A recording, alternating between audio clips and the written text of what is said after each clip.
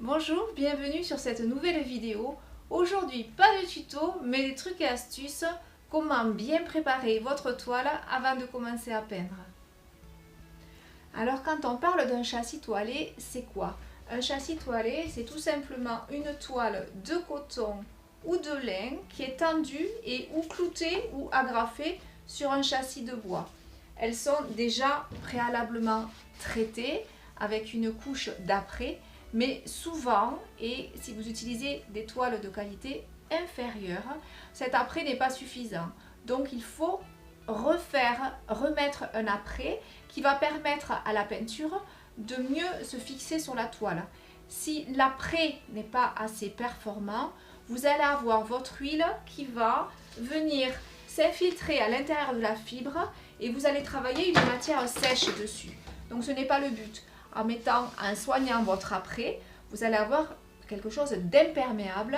Vous allez bien pouvoir placer votre huile ou votre acrylique et vous allez bien pouvoir faire des flous, des dégradés et des déstructurations à l'aide de votre couteau. Quand on parle de châssis à clé, le châssis à clé est tout simplement un châssis muni de petits taquets en bois qui vont venir par l'arrière de votre toile permettre à la retendre. Petite astuce aussi, petite indication complémentaire, ici vous avez un châssis simple, donc le côté n'est pas très large.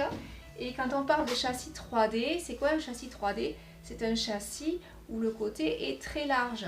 Donc ces toiles sont bien sûr un peu plus chères, mais elles ont un plus bel effet sur votre mur puisqu'elles gagnent en volume et votre tableau est légèrement sortant sur votre mur.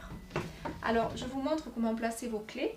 Donc vous avez des trous ici et vous avez donc ces clés en bois. Alors des fois elles sont légèrement voilà, elles sont légèrement pointues ou là elles sont plates, ça dépend de la marque de votre tableau. Donc moi ce que je fais, c'est que j'utilise la partie pointue en premier. Je viens la placer ici dans un coin et à l'aide de mon marteau, je tape.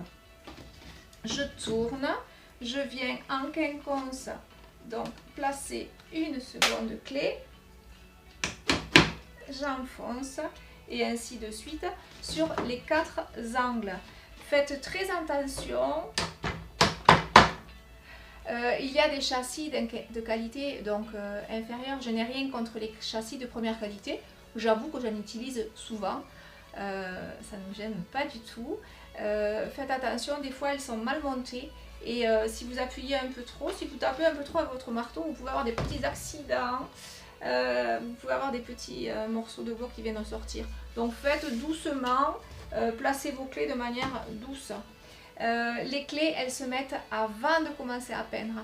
Ne mettez jamais des clés sur un tableau qui aurait déjà été peint ou qui soit en temps de séchage. Parce que qu'est-ce qui va se passer? La clé, elle va permettre à la toile de se tendre, mais s'il y a déjà une couche de peinture, avec la tension, votre peinture peut s'écailler et faire de plus mauvais effets. Donc toujours mettre les clés avant de peindre, première étape. Et ensuite, donc, placez votre gesso. Alors pour cela, qu'est-ce que vous pouvez utiliser? Vous pouvez utiliser votre couteau, vous pouvez utiliser un pinceau, un petit rouleau de mousse. Et ça, c'est pas mal du tout. C'est de la mousse sur un petit manche. Et vous voyez. Donc, vous pouvez placer votre gesso. C'est quoi un gesso? C'est un apprêt à base d'eau qui est constitué d'eau et de craie. Qui va permettre donc l'étanchéité et qui va permettre d'enlever la trame si vous ne l'aimez pas. Alors certains conseillent de diluer la première couche, pas. Certains conseillent de placer une première couche, de sécher, de mettre un petit peu de papier vert pour enlever le grain, placer une deuxième voire une troisième couche. Moi je m'embête pas trop, je place ma première couche, je sèche et j'attaque directement. De toute façon je peins au couteau, donc ma peinture elle va être en surépaisseur, donc qui ait des effets de trame, ça ne me gêne pas du tout.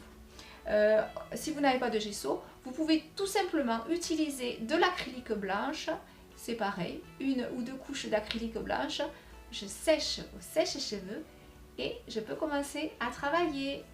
Voilà, ce petit truc et astuce est terminé. J'espère que ça vous a plu. Si c'est le cas, il y en aura d'autres. Je vous souhaite une belle journée. Je vous dis à très vite. Au revoir.